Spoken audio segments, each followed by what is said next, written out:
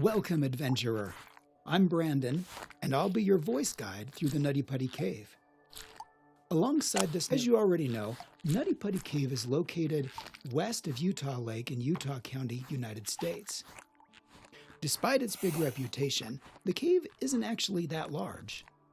The total mapped length is about 1,355 to 1,400 feet, with a depth of roughly 145 feet.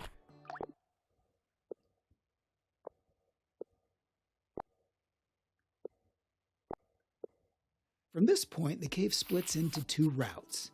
We can head left to enter the maze, or go right toward the famous Big Slide.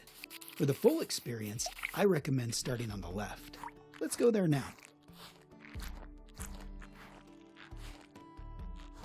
Look at your watch.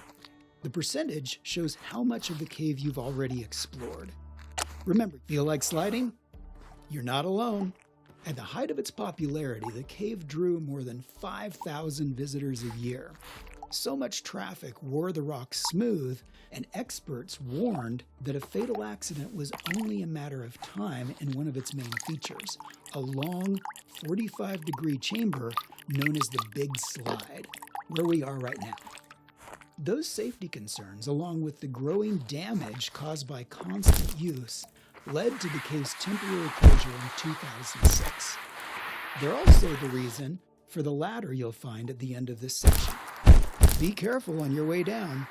You don't want to meet your end here, especially in a place meant for a very different kind of rebirth you'll soon discover.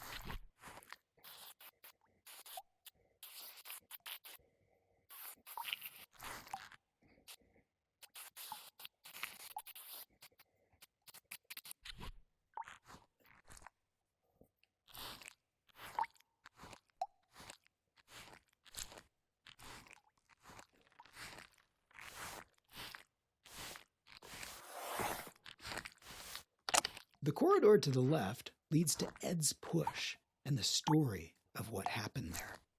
The corridor to the right takes you to the threshold of one of the cave's most famous sections. Its name speaks for itself and has long been a magnet for many spelunkers who came here. We're approaching the site of John Jones' tragic accident. How did it happen? On November 24th, 2009, John Edward Jones became trapped in Nutty Putty Cave after entering a tight, uncharted passage that he mistakenly believed was part of the well-known birth canal route. Instead, he had crawled into an unmapped fissure that was far narrower than expected. The passage sloped downward and constricted as it went, forcing him headfirst into a nearly vertical section where his body became wedged. Entering headfirst made it nearly impossible for him to reverse or maneuver once he was stuck. Despite more than 24 hours of effort, rescuers were unable to free him, as the combination of the cave's fragile geology, the limits of physics, and human endurance made extraction impossible. In the aftermath, authorities made the difficult decision to leave his body where it was and permanently seal the cave, rather than risk more lives in a recovery attempt.